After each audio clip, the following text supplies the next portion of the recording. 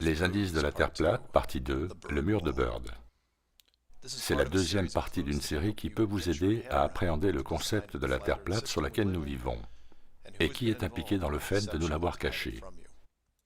Cet indice tourne autour d'un des hommes les plus remarquables dont vous avez pu entendre parler, Richard Byrd, sa relation avec l'Antarctique et ses missions secrètes qu'il y a effectuées jusqu'à sa mort. Certains d'entre vous ont découvert la légende de Richard Byrd à travers la théorie de la Terre creuse. Nous n'allons pas parler de cette théorie dans cette vidéo, mais plutôt focaliser sur l'homme et son implication avec le pôle Sud. La version du Reader's Digest de Richard Byrd dit ceci. Né en 1888, il devient un officier naval américain dont les prouesses en font un spécialiste de l'exploration. Il a été un précurseur dans l'aviation américaine, médaillé d'honneur, explorateur polaire, navigateur dans l'aéronautique, leader d'expédition dans les pires endroits du monde, et le plus jeune amiral dans l'histoire de la Navy. De plus, l'énumération de ses récompenses prend plusieurs pages de Wikipédia, et il a eu 3 parades nationales en son honneur. En clair, c'était Indiana Jones sous stéroïdes. Certains diront que Roy Chapman Andrew était le véritable Indiana Jones, et peut-être ont-ils raison. Mais Richard Byrd le bat à plate couture 6 jours par semaine et 2 fois le dimanche. Je parle de toute cette reconnaissance pour montrer sa crédibilité et la confiance qu'il inspirait. Les gouvernements US et étrangers avaient confiance en son jugement et en son leadership, et le choisissaient dès qu'ils le pouvaient comme responsable de leur mission secrète. Sa première grande mission fut une expédition en Antarctique en 1928. C'était remarquable, car bien qu'il ait survolé le pôle Nord 2 ans auparavant, toutes les expéditions furent dirigées vers le pôle Sud dès 1928. L'expédition dura 2 années pendant lesquelles il sera promu au rang d'amiral à l'âge de 41 ans. Sa deuxième expédition dans l'Antarctique se déroula de 1933 à 1935 et sa troisième de 1939 à 1940. Pendant son séjour en Antarctique, il était également conseiller pour d'autres pays ayant des expéditions en cours, comme l'Angleterre, la France, l'Allemagne, et pour tirer le meilleur bénéfice d'expéditions précédentes belges, japonaises et suédoises. Il a ensuite aidé à gérer les opérations de la flotte de l'US Navy durant la Deuxième Guerre mondiale et a assisté à la capitulation japonaise en 1945. Mais ensuite, quelque chose d'étrange se produisit. Il retourna en Antarctique, ce qui n'est pas très surprenant en soi, dans la mesure où il y passait son temps depuis 1928. C'est la manière dont ça s'est passé qui est intéressante. Son 4e voyage en Antarctique n'était pas une expédition. C'était une opération militaire appelée Opération High Jump. Commandant la flotte entière composée d'un porte-avions et de 13 navires de support, l'amiral Byrd mena 4700 hommes au pôle Sud, pour des raisons qui restent dissimulées à ce jour. Certains pensent qu'il poursuivait une flotte nazie en déroute, quand bien même l'Allemagne avait déjà capitulé depuis 1 an. D'autres parlent d'une base nazie installée en Antarctique pendant la guerre durant l'absence de Byrd. Aucune de ces théories n'a d'importance pour cette vidéo. Ce que nous savons par contre, c'est que les États-Unis ont déployé une force militaire excessive sur la banquise, sous une apparence pacifique. Pendant cette opération, l'amiral Byrd déclara à un journal chilien que le résultat le plus important de ces observations et découvertes était l'effet potentiel qu'elles pouvaient avoir sur la sécurité des États-Unis, que l'incroyable rapidité à laquelle le monde se rétrécissait était une des plus importantes leçons apprises durant sa récente expédition dans l'Antarctique. Il me faut avertir mes compatriotes que l'époque où nous nous sentions protégés par notre isolation de par les distances, les océans et les pôles est terminée, dit-il. Après cette opération, l'amiral Byrd fit le tour des États-Unis et donna des interviews. L'une des plus intéressantes fut celle qu'il donna pendant un show télévisé en 1954, appelé The Longines Chronoscope, un nom horrible mais un show décent. J'en ai ajouté un extrait à la fin de cette vidéo et mis un lien dans la description. Pendant cette interview, il parla tout d'abord d'une zone au-delà du pôle Sud de la taille des États-Unis, encore vierge de toute présence humaine. Il dit ensuite qu'il y aurait probablement des expéditions successives, car le gouvernement américain s'y intéressait beaucoup. Les journalistes lui demandèrent alors pourquoi cet intérêt pour le Sud, alors qu'à l'époque, n'oublions pas que c'était en 1954, La menace perçue était russe, et elle venait du Nord. Il répondit que c'était l'endroit le plus important au monde pour la science. Cela concernait le futur des nations. Un réservoir intact de ressources non exploitées comme le charbon, le pétrole, les minéraux et l'uranium. Il ajouta qu'au moment de cet entretien, il y avait 7 nations actuellement engagées en Antarctique, comprenant la Russie, l'Australie, l'Argentine, le Chili et la Nouvelle-Zélande. Il parla également de planification militaire pour sa future mission en Antarctique. Celle-ci se nommait Opération Deep Freeze et se déroula de 1955 à 1956. La mission fut menée à bien et il retourna chez lui, prétendument. C'est là que vous dites, « Bon, oui, et alors ?»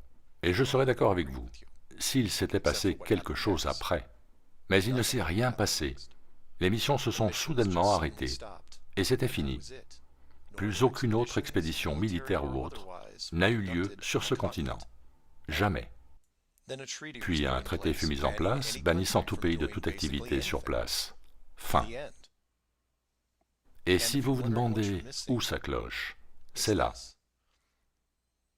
L'amiral Byrd va à la télévision et dit que cet énorme morceau de terre, dont la plus grande partie se trouve sur un plateau élevé à 3200 mètres, est riche en à peu près tout, riche en énergie, immaculé, sans population indigène et sans végétation, où chaque pays ayant des équipes sur place est prêt à se tailler une belle croupe dans cette zone de la taille des États-Unis qu'ils n'ont pu encore explorer. Et d'un seul coup, subitement, ils arrêtent tout. Il n'y a pas d'environnementalistes à cette époque en 59. C'est le pays des diners et de l'essence à 20 cents. Ça, c'est vraiment du bullshit. La valeur en dollars des ressources découvertes pouvait alimenter une armée de sociétés cupides. Donc, que s'est-il passé? Ils ont trouvé le bord. Voilà ce qui s'est passé. Et ils n'allaient certainement pas laisser des compagnies privées s'en approcher. Peu importe l'argent. Même à des centaines de kilomètres, dans une zone sûre, ils ne pouvaient autoriser qui que ce soit, car qu'allait-il leur dire plus tard, pour prévenir leur immanquable expansion? Pardon, mais vous ne pouvez pas aller plus loin. Et qu'allait-il répondre au pourquoi? Aujourd'hui, l'Antarctique est hors limite. Aucune révision n'est prévue avant 2041. Vous pouvez vous balader autour des îles extérieures, mais il y a une limite invisible, surveillée par des militaires, que vous ne pourrez franchir. Parce que derrière cette ligne, c'est en fait le bord extérieur. C'est là, ça nous est caché et c'est protégé. La terre sur laquelle nous vivons est plate. Faites vos propres recherches. Merci de votre attention. C'était Mark Sargent. msargent23@comcast.net or 303-494-6631. Notre invité de marque ce soir est l'amiral Richard Byrd. Le pôle Nord était un no man's land, mais de nos jours, si vous achetez un billet dans une compagnie aérienne, vous pourrez survoler le pôle Nord tout en sirotant un cocktail. Il y a seulement quelques décennies, à peu près 35 ans, notre invité ce soir résolut de découvrir s'il y avait des terres au nord du continent nord-américain. Il fit son premier vol de reconnaissance, et je dois dire que l'amiral Byrd, notre invité ce soir, est non seulement notre plus grand explorateur vivant, mais aussi une inspiration pour nombre d'Américains. Amiral Byrd, vous avez été au pôle Nord et au pôle Sud. Reste-t-il une zone inexplorée sur cette terre qui puisse attirer les jeunes Américains aventuriers? Oh oui, elle existe, mais pas au pôle Nord. C'est trop envahi maintenant, car ils pensent tous qu'ils en tirent parti, pas seulement pour y vivre, mais militairement. Mais étrangement, il reste dans le monde une zone aussi grande que les US, qui n'a jamais été foulée par l'homme, qui se trouve au-delà du pôle, de l'autre côté du pôle Sud, depuis l'Amérique centrale. Et je trouve tout à fait surprenant qu'il y ait une aussi grande zone inexplorée. Donc il y a beaucoup d'aventures à vivre en bas du monde. Amiral, une expédition dans laquelle vous êtes le principal conseiller est actuellement en route. Quel est son but? Bien, c'est le briseur de glace Atka, et c'est une mission de reconnaissance au pôle Sud pour faire des observations et chercher quelques emplacements. Ils seront de retour en avril avec leurs infos qui nous serviront de base pour monter une plus grosse expédition par la suite. Ceci est réellement planifié. C'est en cours de planification. Et je peux donc vous dire que nous allons avoir plusieurs expéditions année après année dans cette partie du monde, parce que le gouvernement américain s'y intéresse beaucoup.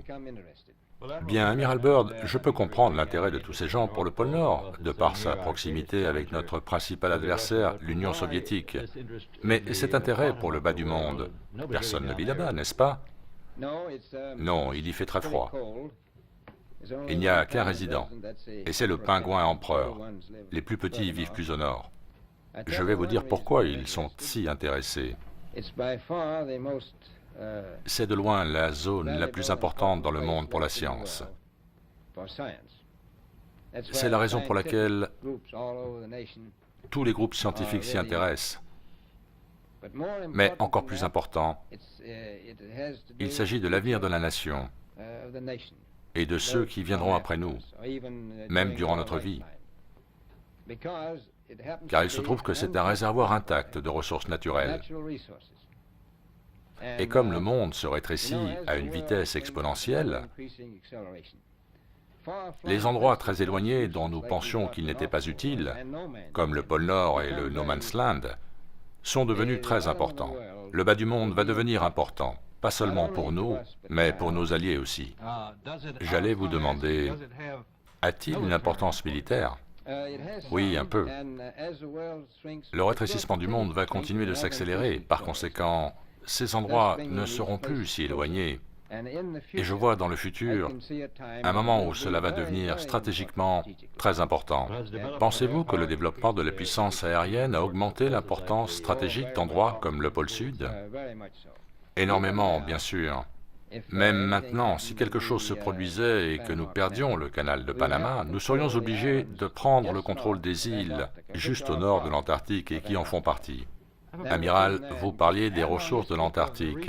Quelles sont-elles? Quelles sont les ressources naturelles là-bas?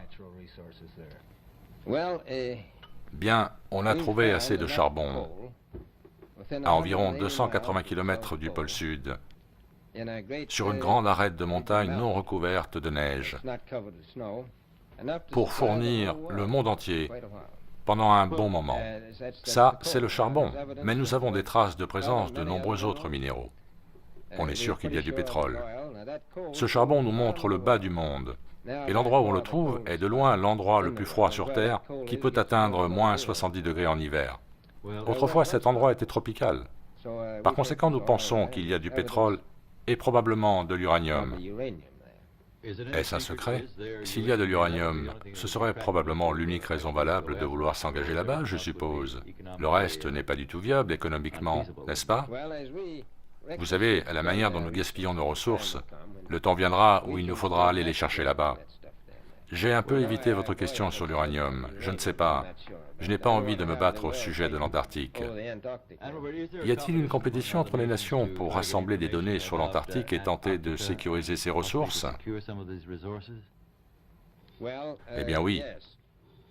Il y a maintenant plusieurs nations très intéressées. Je sais que la Russie y voit un énorme intérêt. L'Australie y a une expédition en cours. L'Argentine, le Chili, la Nouvelle-Zélande, l'Angleterre, etc. On peut comprendre ces pays. Ils vivent à proximité. Les Néo-Zélandais, les Argentins, les Chiliens et les Australiens. Nous, on n'a pas grand-chose à prétendre. Vous dépayez cet endroit comme étant très encombré.